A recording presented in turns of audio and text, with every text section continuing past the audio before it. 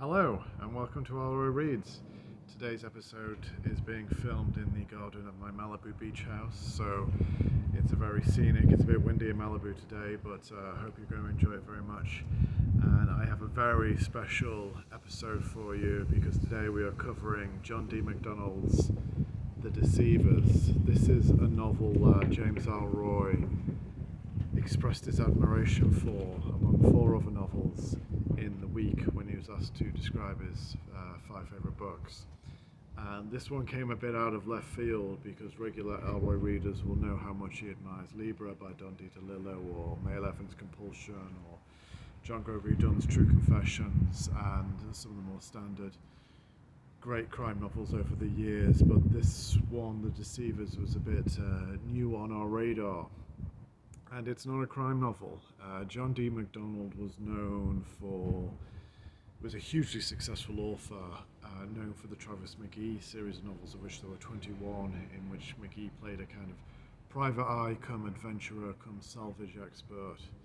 Anyway, that series began in the early 1960s, and that became the main focus of John D. MacDonald's career. But this was written in the 1950s, and it is a domestic drama about a subject that preoccupied MacDonald a lot, which was the subject of adultery.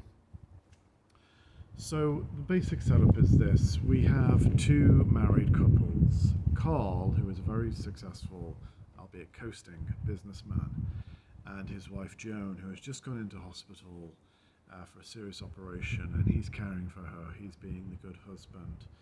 But next door to them lives another married couple, much younger, Cindy, a very attractive woman in her 20s, and her rather brutish and slightly boorish husband, Bucky. And these two families, they both have children, are very, very close. They're almost like family themselves. They live very naturally together. They come and go. They're in and out of each other's lives. There doesn't seem to be any complaint about this. They're not competitive in any way. They seem to live an almost perfect, menage a trois. But then the ground is suddenly laid for an affair in that the kids are away at summer camp and that sort of thing. Joan is in hospital, Bucky is away, and Carl and Cindy start to spend a lot of time together. And how the affair begins is realistic in some ways, in that first he goes around for a beer, she stumbles, they kiss, then they go into a lot of intellectualizing, which isn't so realistic. I don't think there are many couples or men and women who talk this way. And they say, oh, what a terrible mistake that was, let's not let it go any further. Then, of course, it does go further. It happens again, and this time they have some very, very heavy petting. But then they decide that they can't make love in the marriage bed, because that would just be, the worst insult possible and a real turn-off. So they find a motel, they check in under false names. The hotel receptionist is onto them in a heartbeat. He's heard this story before. It all gets a little bit comical as the mechanics of an affair. Their idea is not to have a long-standing affair. It's actually Carl's idea that they can kind of sex each other out, that if they can somehow satisfy this insatiable lust they have for each other, then eventually they will grow tired of each other. They don't really love each other, and the affair will peter out. It doesn't. They decide to extend their stay. Carl, being slightly the older one, is impressed with the kind of sex kitten Cindy. Her marriage has been sexless for some time. Part of how this has transpired is that she's confessed to him that she doesn't love her husband anymore, and she's thinking about leaving him. And he originally says what most friends say in these situations, which is, tough it out. Perhaps that's unfair. I mean, if you're in a toxic relationship, the best thing to do is to extricate yourself from it. But it's very common when this was published, particularly in 1958, where divorce was still taboo, that it would be the last thing that you would want. You should always tough it out. Anyway, John D. MacDonald is a suspenseful writer. He knows how to build tension and he knows how to pay off that tension. So there's various things going on. It's actually Cindy's second affair, and then we find out actually it's also Cole's second affair. He during the war, the Second World War, which is still a recent memory, he was stationed in the China-Burma-India theatre of operations, and in India he had an affair with an Anglo-Indian woman that kind of went the same way. It began as this insatiable, animalistic attraction. And that kind of wore itself out. So you see after a while that he's trying to repeat the process with Cindy.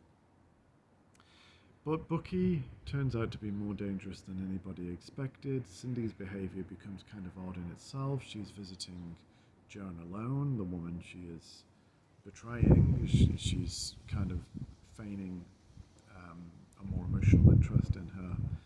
And there's various things that pay off about it. It's become very bright here again. The sun's come out. In fact, it's a lovely view of the beach here. The women are in the bathing suits. Everyone's surfing. I think I'm going to jump in that surf pretty soon. But first I want to complete my little talk about the Deceivers. So Ellroy mentioned this in an article for the week, and I was surprised. I'm not sure how many times he's read it or when he first came across it, although he did say that MacDonald's work outside of the Travis McGee series has held up very handily, and it hasn't dated, so it suggests at the very least that he reread it recently. And Ellroy himself would be interested from his own personal experience of the type of adultery that is described here, in that it's basically the old classic Sex in Suburbia story.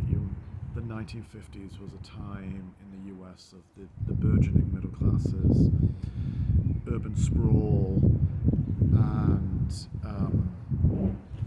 Ellroy experienced that because he's from a broken home. His parents divorced, and he went from living in Beverly Hills and in Los Angeles, where his father was a Hollywood player, and it was all very exciting.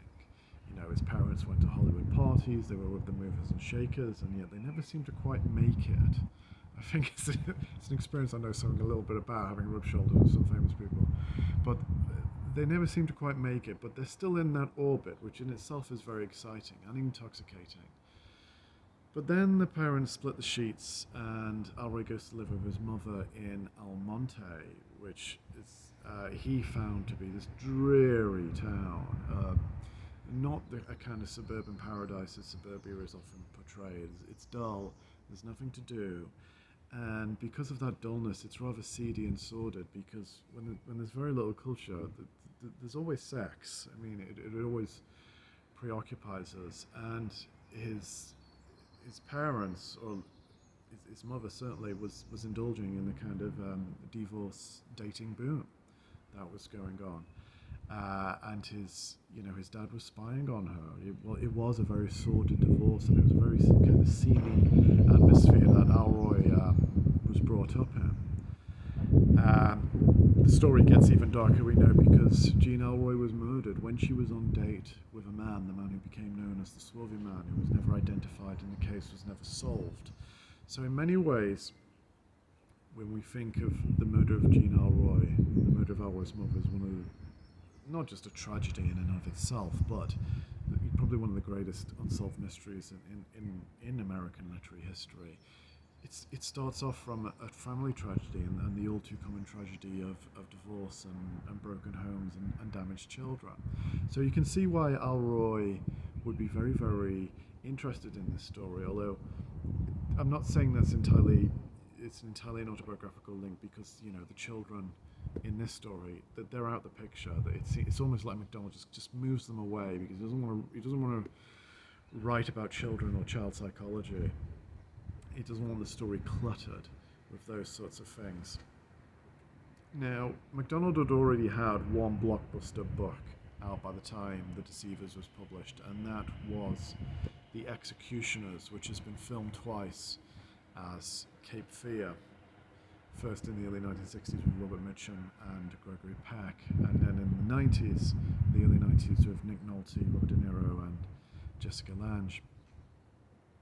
And the Travis McGee series was still a few years off. And if you really want to find out more about John D. MacDonald, read Steve Scott's excellent blog website, The Trap of Solid Gold. He is the go-to MacDonald expert, and I got to know Steve a little bit by correspondence because I was working on a book called 100 American Crime Writers, and I invited him to write the John D. MacDonald entry, and he wrote a brilliant entry, as you would expect an expert like him to do. He got a bit upset with me at one point when I referred to MacDonald as a crime writer, and he's like, oh, he's much more than a crime writer. But he was right, because this again is not a crime story, it's a domestic drama. One of the things that Steve argues on his blog, in his article about the Deceivers, is that is this autobiographical for John D. MacDonald as well? Was John D. MacDonald confessing an affair he may have had at some point in his marriage? Now, in terms of publishing or Hollywood or anyone's lives, John D. MacDonald had a wonderfully successful and happy marriage. He was married to Dorothy, his better half, for 52 years. They had a son, and she was,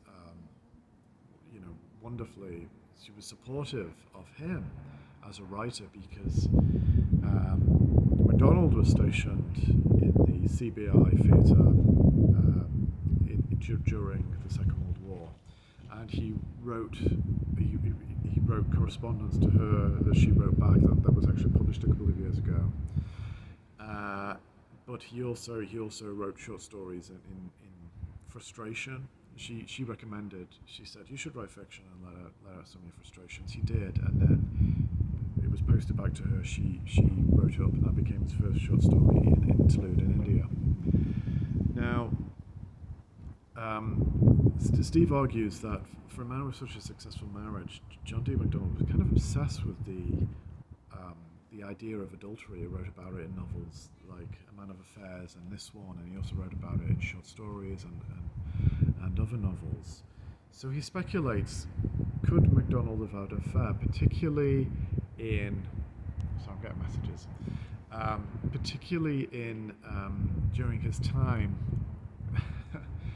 during his time, in India during the war. Now,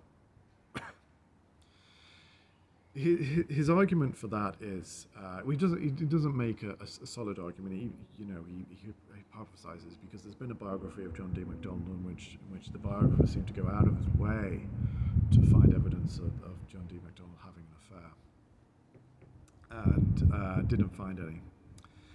So what he speculates is that in this novel, this is the most autobiographical of all of John D. MacDonald's novels. The lead character, Carl, is John D. MacDonald, is a walking, talking John D. MacDonald. The fact that he intellectualizes so much, odd for a lover to do that, but I think any woman would tell him to shut the hell up, especially if you're meeting for an assignation, where you just can it. But he really is a walking, talking John D. MacDonald. So it's an interesting theory. I probably have to try and falsify it, though. No disrespect to Steve, actually. This is more of a compliment to him because he does excellent research. In the same way, like Travis McGee, John D. MacDonald's most famous character, was the complete opposite of MacDonald. He is like your ideal bachelor. He's always got beautiful women. He lives the complete freedom that bachelorhood gives you, at least in theory. But did MacDonald want to be that man? Not really. I mean, maybe in just like idle thoughts. But no, he was happy being a married man, and he was happy being a family man. And of course, he knew that those things came with massive work and massive responsibilities. So I've got to say that of all the books we've covered on ELLROY Reads, this is one I didn't quite fall in love with. I mean, I enjoyed it, and maybe there's something in it, because I'm recommending it. By all means, I want you to go out and read these books after I've talked about them. Maybe there's something in it that you'll find that will push it into the love it category for you. Maybe you'll find something in it that I missed or that didn't resonate as much with me. and you will really, really love him. Certainly, John D. MacDonald is a fantastic writer, and you should visit any of his work at any time. He sold, I think, it was 70 million books. It's almost up there with Agatha Christie, but sadly in the UK, his sales were never quite as strong, and he's all but forgotten today in the UK. A different story in the US, but still, I wonder if where you can still find a bookshop where you'd find his books. I was shocked. I went into Waterstones the other day in Chester, and I couldn't find any books by Mo Hayder. They were not there. Mo Hayder was one of the best, most beautiful and brilliant best-selling novelists, and she only passed away a few years ago. You know, it's a tough market out there, and you've got to continually be testing yourself and pushing to limits. And of course, once you pass away, that's it. Who will protect your reputation? Perhaps your publisher might lose interest in you. Your estate might flounder. Who knows? But one of the things this book did make me do was to go back and reread my favourite John D. MacDonald book. And no, it's not a Travis McGee novel. It's not The Executioners. It is this one. A Friendship, the letters of John D. MacDonald and Dan Rowan, which cover 1967 to 1974. And what's so special about this book is that American audiences will know this, but perhaps British audiences will not. Dan Rowan was an American comedian who had this massive hit with the TV show Laugh-In, which he did with his partner Dick Martin. And Laugh-In was kind of did to American TV what Monty Python did to British television comedy, in that it was zany, it was surrealist, it was completely unpredictable, and it just changed television. It reinvigorated the vaudeville style. It was the biggest, most rated show 2 years running. It continued to get high ratings for most of its run. It didn't do so well in syndication because it really caught the zeitgeist of the late 60s, the anarchic, kind of anti-establishment, hippie zeitgeist. Launched new stars like Lily Tomlin and Goldie Hawn. And these two guys became pen pals. Dan Rowan was definitely the fan, but they became pen pals and became friends. They would holiday together. And the book shows you a friendship in all its glory and all its slightly embarrassing moments. They spend a lot of time apologising to each other. Sometimes a joke goes wrong and they apologise. They spend a lot of time trying to impress each other. But it's also beautiful and sincere. It gives you a brilliant working knowledge of what goes on to make a successful TV show. What's going on behind the scenes in Laugh-In. It's probably one of the best books ever for showing how a TV show operates, how it goes into ascendancy, becomes the best show on television. Rowan actually goes to London for a gala performance in front of Queen Elizabeth II. Prince Philip says that he's a huge fan of the show. He's invited to the Western White House, President Richard Nixon's California residence. That's partly because one of the writers on Laugh-In, Paul Keyes, was very close to Nixon. So he gets to the top of the establishment in both Britain and the US. And then the TV show flounders. Dan Rowan's going for a very expensive divorce from his Australian model second wife, Adriana van Balaguyen. I think I've pronounced that right. He calls her the Dutchman. My Dutch pronunciation is probably not great, but anyway, she's beautiful. She's much younger than him, and that's where the friendship flounders, because Dan Rowan becomes very, very bitter about how expensive this divorce is, how rancorous and bitter it's become, and and he expects sympathy from MacDonald, and MacDonald doesn't give him any sympathy whatsoever. In fact, he comes down very much on Adriana's side, and the idea that he's got to cough up all of this cash and this property and even his blooming wine collection, even though Adriana doesn't drink. He's very, very harsh. He's trying to give tough advice, but it comes across as incredibly scathing. And that's how the friendship unraveled. In fact, it unraveled. They didn't speak to each other for the best part of 5 years. They slowly reconciled. The book came out the year MacDonald died, and then Dan Rowan died the following year of lymphoma. So it is beautiful that they reconciled, but I just want to use this kind of in contrast to Steve Scott's theory that, the Deceivers, it may have been a confession for adultery. Judging by John D. MacDonald's attitude towards divorce in this novel, his attitudes towards marriage, he's telling Dan Rowan to kind of grow up. He's just like, marriage is hard work, go out and do that hard work. You signed the contract, you took the oath. And Rowan is shocked by this because Dan Rowan, is married 3 times. He's kind of got the Hollywood thing where marriage is kind of like an occupational hazard. Or divorce is the happy ending. He's got that kind of like, it's no big deal to me. He'll probably just move on and marry another beautiful woman, which is of course what he did. And he's absolutely shocked that MacDonald would be telling him this, and even telling him to go back to her, even when the marriage is irretrievably broken down. He's telling him to do all this, and at no point does Rowan admit to any adultery, although goodness knows he probably had plenty of temptations. He's just saying that the age gap was too big. They did a tour of Europe. All she wanted to do was shop. He wanted to go to museums. They couldn't seem to find a happy medium.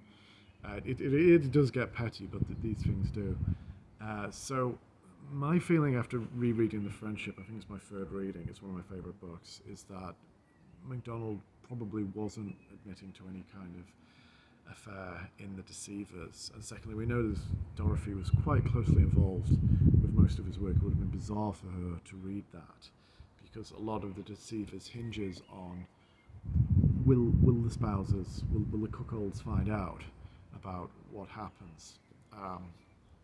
Ellroy, some of these generational sins tend to repeat himself. He was adulterous in both his marriages, his first brief marriage, and also his second marriage. He and Helen tried an open marriage. It's a huge mistake. But now they're back together again. Maybe he's drunk the John D. MacDonald Kool-Aid, and is back with Helen. And so there's a happy ending there, because I know that she is the love of his life. So for this ELLROY Reads, I'm going to be a bit cheeky. I'm going to recommend The Deceivers. It's part, John D. MacDonald is always worth reading. He, as a businessman, he was massively successful. He started with those, the quite brief, small, thin paperbacks that could slide easily onto the bookshelf. That they sold in their millions. Then of course he was a best-selling hardback writer. He cornered the market in series characters, which is still today what you're recommended to do as an author if you want to make any money out of this business. He was a damn good writer, but really read A Friendship. That's going to be my really big recommendation, because this book has been forgotten as well, and not only is it one of the most beautiful novels about friendship. In fact, this is the better love story than this kind of sordid tale. This is the real love story. Read A Friendship, because it is beautiful, and it's also one of the best portrayals of a TV show, one of the most famous TV shows of all time. The inner workings and its rise and decline and fall. Okay, so I've made my recommendations for this week's show. I will see you again soon with another cracking addition to ELLROY Reads. Now I better get my surfboard and enjoy the rest of the day. Goodbye.